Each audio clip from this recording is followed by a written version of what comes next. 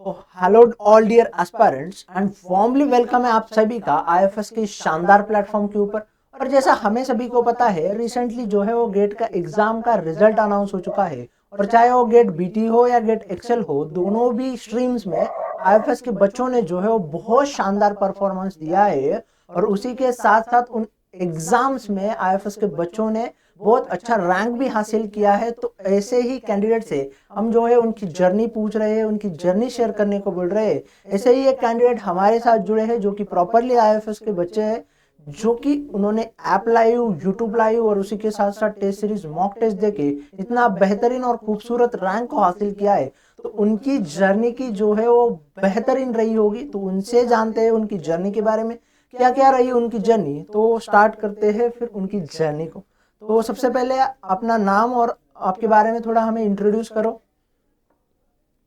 Sir, मेरा नाम है तुषार शाह। तो मेरा जो स्ट्रीम है एमएससी का, एमएससी मेरा कंप्लीट हो चुका है। स्ट्रीम है माइक्रोबायोलॉजी। एंड मैं Rana Abul Kalam Azad university of technology जो वेस्ट बंगाल में है, एमएससी कंप्लीट किया हूँ। तो मेरा इस बार गेट का तो दोनों गेट ही, गेट एक्सेल और गेट बीटी दोनों ही क्रैक हुआ है। गेट एक्सेल का मेरा आया है रैंक 3770 के आसपास। और गेट बीटी का आया है 973। ओके, तो मतलब आपने दोनों एग्जाम्स को एक साथ ही क्वालिफाई कर लिया है। तो मैं आपसे ये पूछूंगा अब कि आपका रिजल्ट लगा और दोनों एग्जाम्स में आपका क्वालिफिकेशन हो गया, तो उस टाइम जो है आपकी फीलिंग क्या रही थी? मतलब आप जब रिजल्ट चेक करने गए तब। फीलिंग मतलब अच्छा लग रहा था बहुत देख के। मतलब इतना दिन पढ़ने के बाद कुछ एग्जाम अगर क्लियर होता है तो अच्छे लगता है। पॉजिटिव एक फीलिंग आता है। हम्म। कुछ तो रिजल्ट निकल रहा है। हम्म। तो मैं आपसे ये पूछना चाहता हूँ दोस्त कि फिर आपने बोला कि इतने दिन बाद पढ़ने के बाद मतलब ये फीलिंग आती थी, ये डर होता है।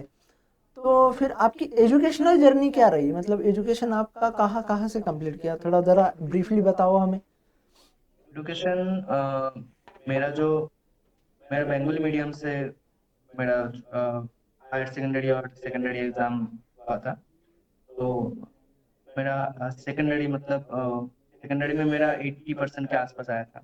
उसके बाद मेरा जब हायर सेकेंडरी आया था तो तब मार्क्स थोड़ा गिर गया था, 66% के आसपास। तो उस टाइम बहुत वो कॉलेज में भर्ती होने के टाइम माइक्रोबायोलॉजी का एक साइंस बैकग्राउंड का एक शौक था, मतलब बायोलॉजी बैकग्राउंड का। तो मेरा 3 सब्जेक्ट मेरा प्रेफरेंस पे था, या माइक्रोबायोलॉजी, जूलॉजी या बोटानी। तो उस टाइम वो नंबर के लिए बहुत कॉलेज वॉलेज पाना मुश्किल हो रहा था। तभी एक कॉलेज मिला, उसमें माइक्रोबायोलॉजी में मिला था, तो उसमें मैं बीएससी के टाइम माइक्रोबायोलॉजी ले लिया। तो उस टाइम फिर कोविड आ गया, तो कोविड के टाइम तो बहुत टफ सिचुएशन गया था उस टाइम। तो उसके बाद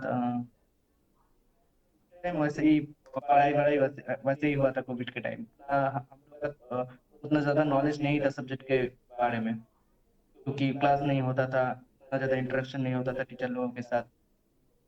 तो उसके बाद एमएससी जब आए, एमएससी में बैकआउट में एंट्रेंस हुआ था। उसके बाद उस एंट्रेंस क्लियर करके उसके बाद बैकआउट पे एमएससी में एडमिशन लिया। तो उस टाइम ही मेरा वो माइक्रोबायोलॉजी सब्जेक्ट के ऊपर जो इंटरेस्ट वो आया। तो उस टाइम से ही मैं ये सर नेट का तैयारी करता रहा। मेरा मतलब मेरा ड्रीम था कि पीएचडी परस्यू करना। तो उसके लिए मैं वो सीएसआर नेट का कोचिंग लिया था एफएस से। सीएसआर नेट करते करते तो उसके बाद देखा मैंने गेट इस बार पहली बार दिया, पहली बार ही गेट दिया। तो मैंने देखा कि गेट में भी है कि पीएचडी वो भी प्रोवाइड करते हैं, उसका फेलोशिप या वगैरह वगैरह, जो बहुत अपॉर्चुनिटी है गेट के भी। इसलिए गेट दिया। तो उसके बाद तो गेट क्वालिफाई हुआ। अच्छी बात है। तो आपने इतने अच्छे रैंक्स के साथ गेट को क्वालिफाई किया है, तो मैं मेरे साइड से पूरे आईएफएस की तरफ से, पूरे आईएफएस फैकल्टी की तरफ से आपको बहुत कॉन्ग्रेचुलेट करना चाहता हूँ, बहुत थैंक यू, बधाई थैंक देना यू, चाहता हूँ। Thank you.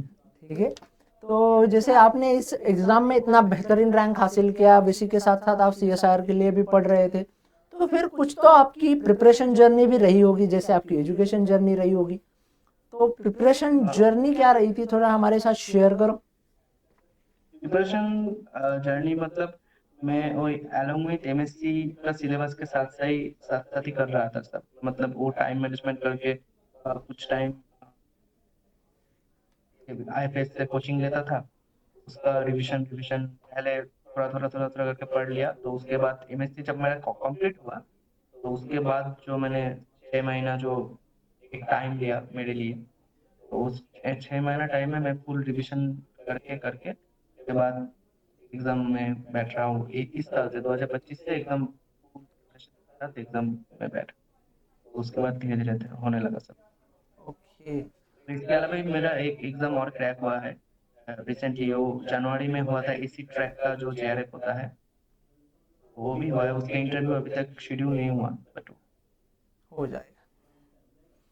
तो फिर मुझे मेरा ये कहना है कि आपका थोड़ा एग्ज़ाम हॉल का एक्सपीरियंस बताओ। बाकी चीज़ें पूछने से पहले मैं आपको एग्ज़ाम हॉल का एक्सपीरियंस जानना चाहता हूँ, क्योंकि आपने मल्टीपल एग्ज़ाम्स को दिया है।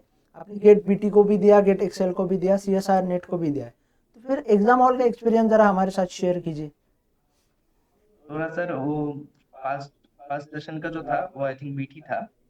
तो BT के टाइम सुबह सुबह जाके एग्जाम देना, वो तो एक एग्जाम तो ठीक है, लेकिन उसके बाद जस्ट 2 घंटे का ब्रेक था, उसके बाद सेकेंड एग्जाम देने के टाइम थोड़ा लेजीनेस चला आया था, बॉडी थोड़ा प्रेफर नहीं कर रहा था, हम्म।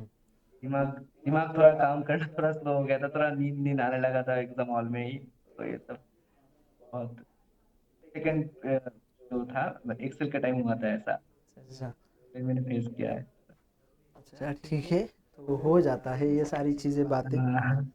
तो फिर आपने CSR नेट को भी दिया है, आपने गेट की भी एग्जाम्स को दिया है, तो दोनों एग्जाम्स में आपको क्या ऐसा डिफरेंस देखने को मिलता है? मतलब गेट में सर मुझे बेसिकली बहुत ज्यादा न्यूमेरिकल्स बहुत ज्यादा आया इस बार BT में, जो पिछले बार उतना ज्यादा न्यूमेरिकल्स नहीं आया था, और MSQ भी बहुत ज्यादा आया था। तो ये सर नेट बहुत डेप्थ से पूछता है, एकदम फुल कॉन्सेप्ट एकदम क्लियर होना चाहिए ऐसा कुछ, लेकिन जो गेट में मतलब थोड़ा स्टेप अगर जाना जाए, थोड़ा ऊपर ऊपर कॉन्सेप्ट अगर थोड़ा क्लियर रहे तो हो जाता है, लेकिन नेट के लिए थोड़ा एकदम डेप्थ में जाना पड़ता है, तो ये मुझे लगा नेट और गेट के बीच। और न्यूमेरिकल्स थोड़ा स्ट्रांग होना चाहिए, एप्टीट्यूड और न्यूमेरिकल्स, एप्टीट्यूड पार्ट बहुत मार्क्स देके जाता है। तो ये बात भी बहुत अच्छी कही आपने कि मतलब CSR जो है वो प्रॉपरली कंसेप्ट के ऊपर फोकस करके पूरा डेप्थ में हाँ। लेकर जाता है। और वहीं पे अगर मैं गेट की बात करूँ तो गेट जो थोड़ा है वो ऊपर कंसेप्ट रखता है, बट न्यूमेरिकल की चीज़ों में उनके साथ साथ एक्यूरेसी जो है वो ज़्यादा चाहिए होती है। तो फिर हाँ। जो आपने बात कही है न्यूमेरिकल के लिए, तो फिर गेट के न्यूमेरिकल के लिए आपने कैसे प्रिपेयर किया था, थोड़ा बताइए ज़रा। क्योंकि जब भी कोई मतलब दोस्त हमारा जो भी एस्पिरेंट्स है जब प्रिपेयर करना स्टार्ट करते हैं किसी भी PhD एंट्रांसेस को, तो उनके दिमाग में सारे के सारे एग्जाम्स एक साथ होते हैं, CSR नेट हो, गेट हो, DBT हो, ICMR हो। तो फिर गेट के लिए आपने न्यूमेरिकल वाला सेक्शन जो है वो हर मतलब थोड़ा अलग से आता है, तो उसके लिए आपका प्रिपरेशन क्या रहा?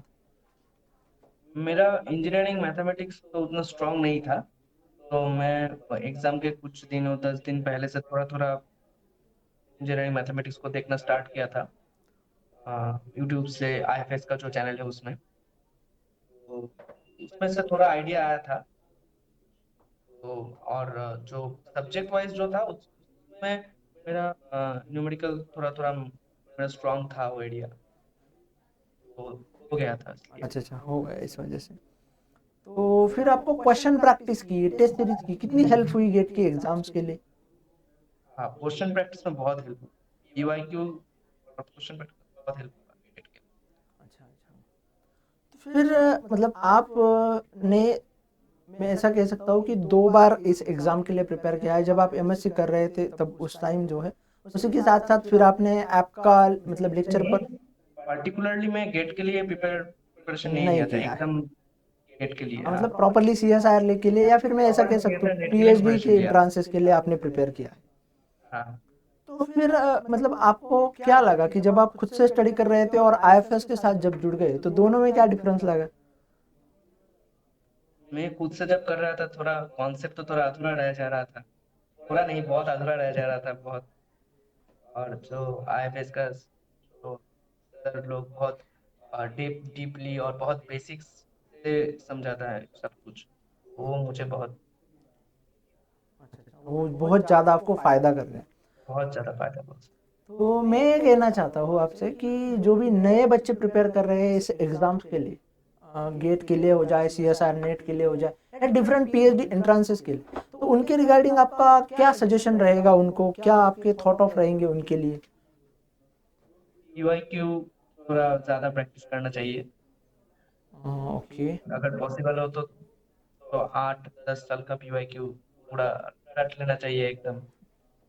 और उसके बाद थोड़ा कॉन्सेप्ट को रिविजन देना बहुत ज़रूरी है। नहीं तो कंफ्यूज हो जाएगा एग्जाम के टाइम। बहुत बहुत ऐसा ऑप्शन रहता है कि दोनों ऑप्शन के बीच थोड़ा सा सिमिलर ऑप्शन हो जाता है, तो उस टाइम में डिफरेंशिएट करना बहुत मुश्किल हो जाता है अगर कॉन्सेप्ट ठीक ठाक क्लियर ना हो। तो रिविजन लेना चाहिए और थोड़ा प्रैक्टिस करना चाहिए। ओके, तो इतनी सारी अच्छी बातें आपने कही।